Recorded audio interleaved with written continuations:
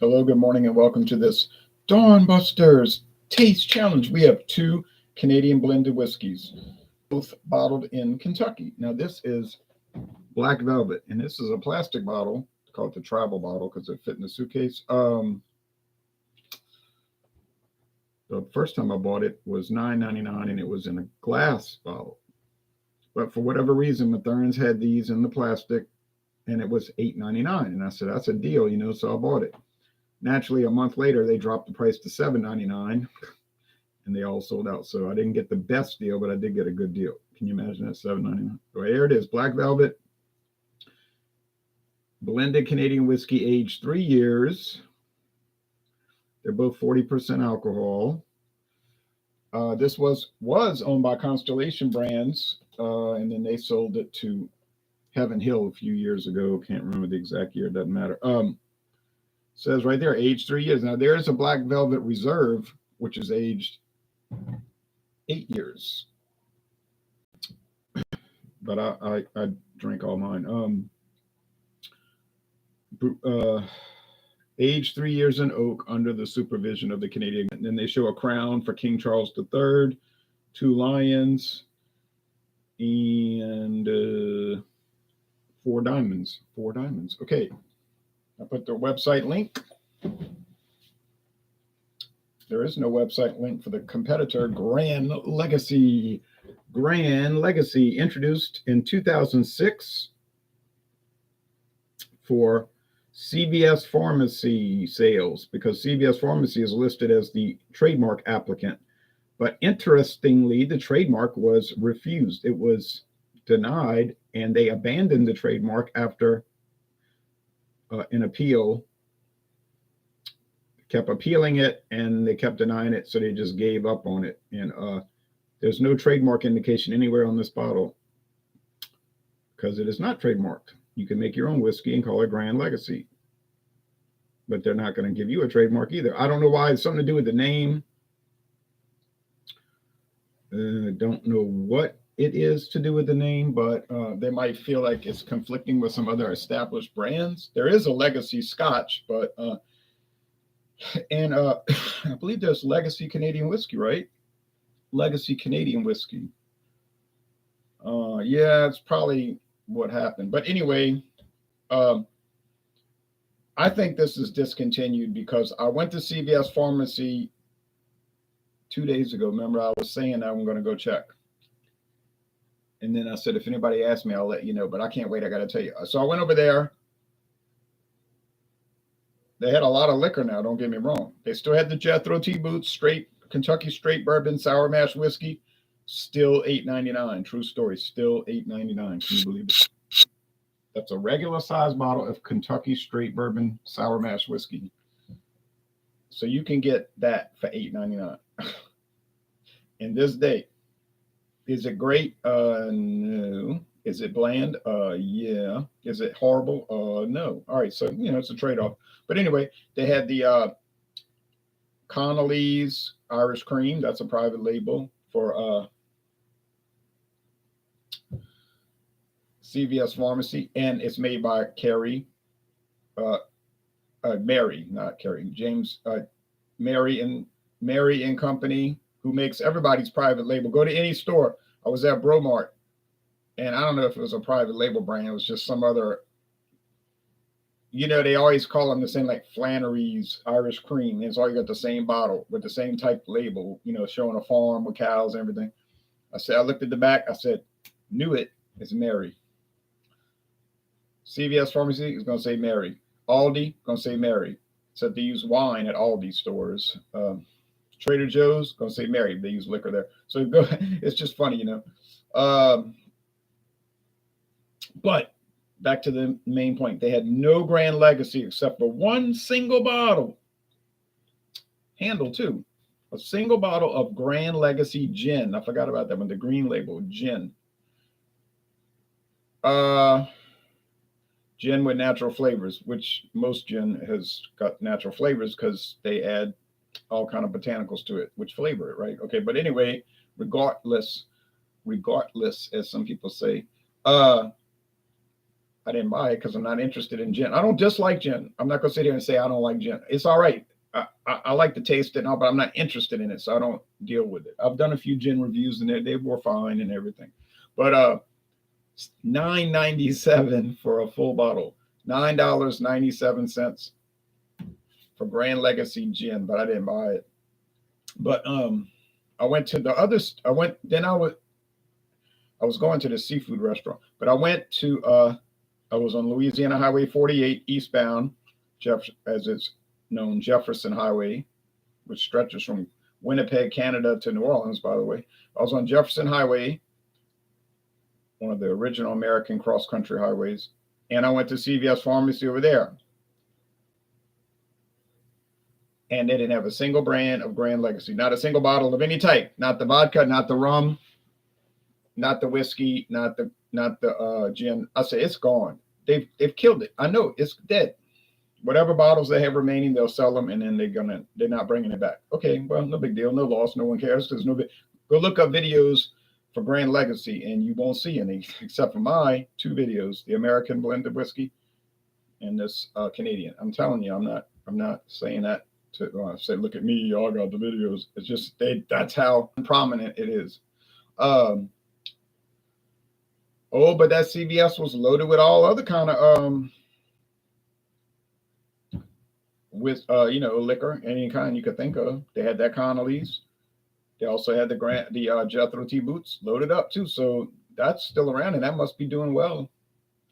And they did get a trademark on it, so that probably has something to do with it. But you say, well, why couldn't he just come out with another private label name? Yeah, right. Probably their sales weren't that good to start with this, and no customers gonna care if it's trademarked or not, right? Well, no customers look at that. I mean, why would you? It doesn't have anything to do with you. And so the sales were probably kind of poor, and they probably figure it's not even worth the investment, to have to develop a new brand. Let's just call it a day. Forget about it.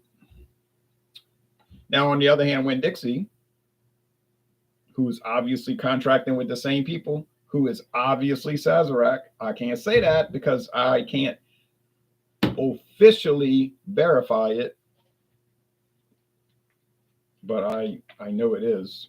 But I'm not gonna say I know. I'm just saying I know it is. But officially, I don't know. Could be somebody in Kentucky who has identical bottle designs and the same kind of font and same kind of label designs. So all I'm saying is Legacy Distilling, but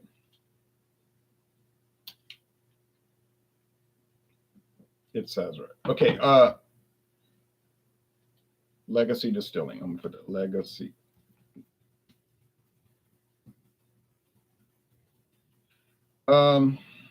But the Winn-Dixie brands, those things sell like mad. If you go to Winn-Dixie, they got the vodka, which is always super low price. I think there's a gin, but like I said, I don't deal with that. There's two types of tequila, silver and gold. There's two types of rum, silver and gold. There's bourbon whiskey. And I know I'm overlooking something. So they've got all kind of WD liquor.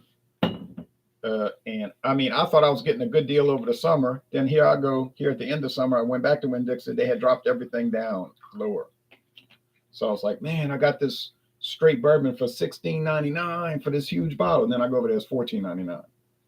I said, oh, I got the tequila. I said, oh man, $18.99 for this huge bottle of tequila. What a deal. And then I go back over there, it's $2 cheaper. So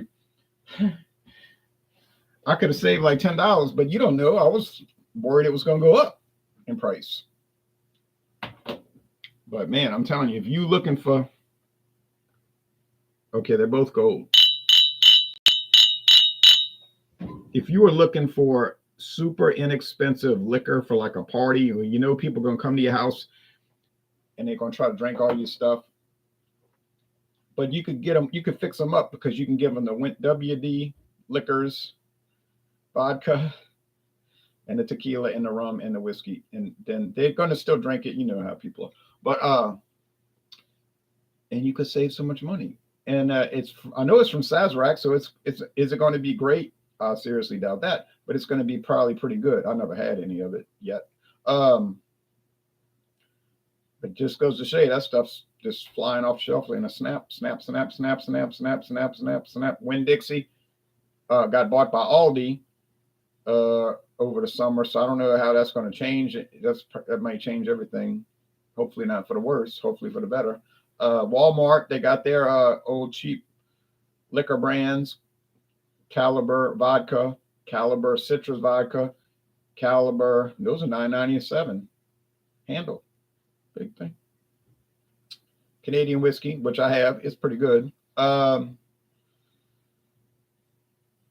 Caribbean silver rum. Now it's called Caribbean style rum. I think it used to be from the Caribbean, but they opened that distillery. See, that's another evidence. You know it is. They opened that distillery in Owensboro, Kentucky. They distill rum over there. They don't make a gold rum, but they got that horrendous spice rum, which is two different types. If you get the big bottle, it's a different type than the one in the little bottle, the regular bottle, which is strange. All right. So private labels can be a big seller. On the other hand, they might not be. All right. But with the economy the way it is, yeah, they're really, they have articles in the paper about that all the time. Economy brands are moving on up. Specialty gourmet brands are moving on down because people can't afford them. And craft beer is getting killed. You go to the store, it's sitting on the shelf and not moving. Oh, I mean, it'll trickle out the store. I'm not saying it doesn't trickle out. But people are going in these stores saying, oh, $18.99 for a 4-pack? I'll just imagine how good it is. They'll say, oh, I'll buy Miller High Life. Okay, Black Velvet, a remarkably smooth, expertly crafted 3-year-old whiskey with hints of caramel, vanilla, coconut, and rye spiciness. I don't think it's got all that, but that's what they claim. Black Velvet Reserve. There's also a toasted caramel flavor, a peach flavor, and an apple flavor, none of which I've ever had, but I would try them. Nall, Maine. Heritage, our heritage. Jack Napier developed it. Why is our whiskey so delicious? In my opinion, it's not delicious. High quality grains, including rye, barley, and corn. The mash is then crafted and aged in bourbon barrels for up to 8 years. These barrel-aged high wines, that's a type of undiluted whiskey, are then mixed with fresh base whiskey spirit. That means grain-neutral spirits, like they have over here, and return to bourbon barrels to age for at least 3 years, where they mature into rich, smooth whiskey. Right, there you go. Then they're talking about the EY versus Y and how it doesn't matter. In Canada, they spell it with Y, no E. In Ireland, they spell it with EY. In Scotland, they spell it with just a Y. In the United States, some people think that's a law. Like, oh, yeah, well, you got to spell it EY. I said, you don't. In fact, the U.S. government spells it without a Y, an E. It's true. And some American whiskey brands don't use the E, like Early Times, George Dickel, and many more. All right.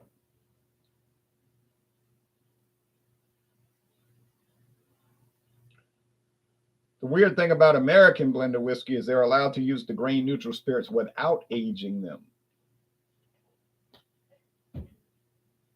Can you believe it? It's true. In Canada, Ireland, and Scotland, they must be aged for at least 3 years in oak. So therefore, that exception is not allowed. Oh, they could probably do it, but they couldn't call it whiskey over there. They might call it such and such brand grain distillate spirit, grain distillate product, probably something like that. Like in Germany, you can add adjuncts in Germany. You can add adjuncts to beer in Germany. They have them all over there. They said they got chocolate beer, everything, but they don't call it beer. They got to call it chocolate malted beverage. See what I'm saying? There's the law, and then there's the way around the law. There's the legal. I'm saying the legal way around the law. I'm not talking about criminality or illicit behavior. I'm talking about there's ways to get around it and not get in trouble. Like in the United States, can't add flavor in the bourbon. Absolutely illegal. But you can sell bourbon with natural flavors. Can't have flavored bourbon. Never. But you can sell bourbon with natural flavors. And if you ask the distillery, wait a minute, are you selling flavored bourbon? They would say, absolutely not. It's bourbon with flavoring. It seems like a ridiculous technical difference, but it's actually the legal difference. All right. Notice I keep smelling these, and I'm not remarking because they don't smell different. I let them breathe while I was blabbing. I thought I was blabbing to the point, though. You understand? I mean, there was driving home a particular point about these products, but they breathe, and then a lot of that natural flavoring, vanilla, whatever they're adding, kind of dissipates, and then you're just getting grains. Getting, how you say get, G-E-T, getting. People in Louisiana say getting, like G-I-T. But that's not correct. And y'all know that. Okay. Still, I think that's the Grand Legacy. I'm picking up a little of the vanilla, but the main frame is corn and rye spice. Corn and rye spice. Are these probably built the same way? Yes. Are they probably similar in their mash bill lineup? Yes. Are they probably identical? No. Are they both probably aged 3 years? Yes. Well, we know Black Velvet is. It says on the bottle. Grand Legacy, more than likely it is. Now, in the United States, there's a different rule about the age statement. In Canada, there is their own rule. They have their own rule. Okay. Do these smell very much alike? Yes, they do. And price, Grand Legacy, I paid $11.99 for that bottle. Can you believe it? It's the truth. And like I say, if you get a handle of Black Velvet, it'll be $17.99. You can get it for $17.99. I've seen it in the paper. In the flyers they have for the different stores, $17.99. A regular bottle, $10.99. So you're going to come out much better buying the handle. Okay, but I don't like it. It's too bitey and harsh. It's like toothpick wood. To me, it's kind of. I wish they did add flavor into it. It doesn't say whiskey with natural flavors. They don't have to disclose that, but it seems like they don't add it.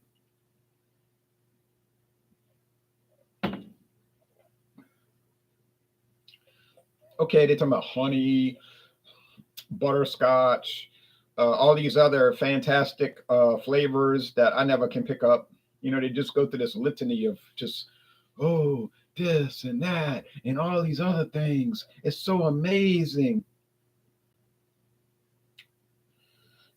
To me, and I'm not trying to be difficult or like rebellious or confrontational, but to me, it just tastes like fermented and distilled grains and like toothpick wood, which I guess would be oak. And it's like, it's kind of bitey, and it's only aged 3 years, so it doesn't soften it. You don't have that aging to mellow it out. But then on the other hand, I had the 8-year, and I didn't find that the 8-year was really any better. The 8-year was sort of bitey, but it's not bad. It's okay. It's even arguably good. Um, but yeah, not good for me. Maybe good for you. The only reason I bought that black velvet is because it's $8.99. And like I said, if I'd have waited a month, I could have got it for $7.99. But you don't know those things. I'm not like it's not like I'm in the dead zone, and I can touch somebody's hand and see what's going to happen.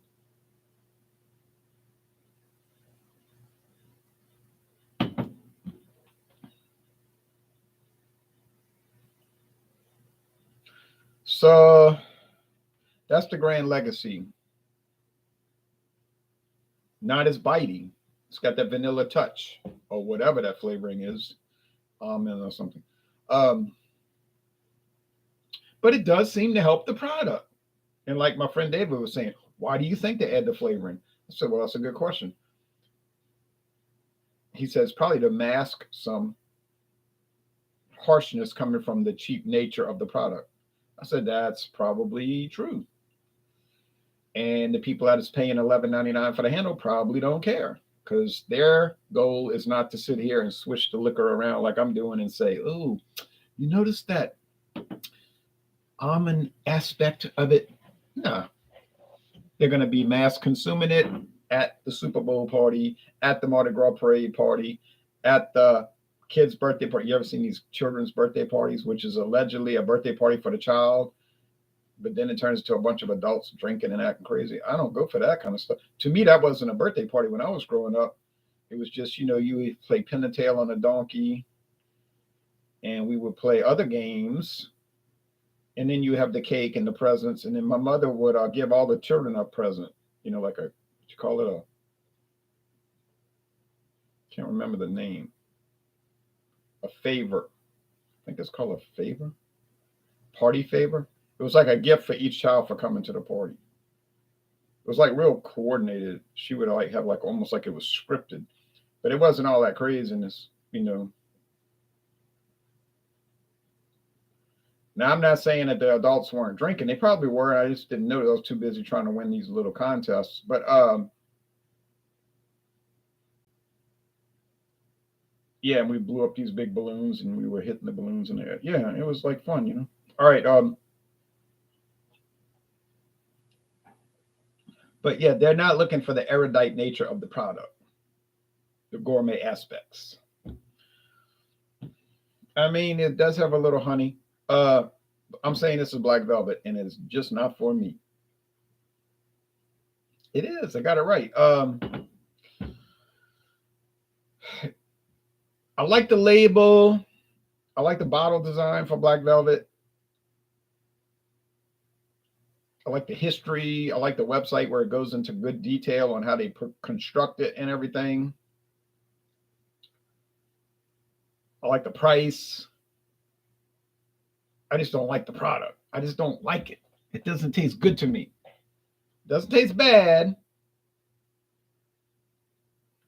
The way I'm looking at it right now, it's like a B minus, 80, 82.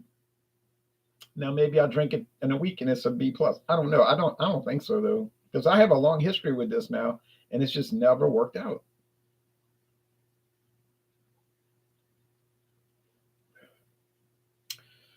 Woo. I'll be glad when it's gone, but as you can see, it'll be a long time before that happens at this rate. So there'll be a lot more taste challenges to come with Black Velvet. Do I think it's going to win many? No, I'll be surprised if it wins any taste challenges. Sorry, Heaven Hill.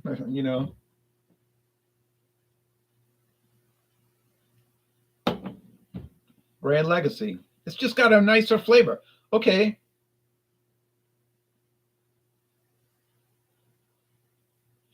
Did they cheat by adding natural flavors? They didn't cheat because that's allowed under the Canadian law. It's a common practice there. And I don't know, maybe they always do that to cover up some harshness so they can just churn it out, like mass production, add the flavoring, kill the harshness or the bite, and send it out there. Send it there, send it out. Um, but hey, well, that's fine with me.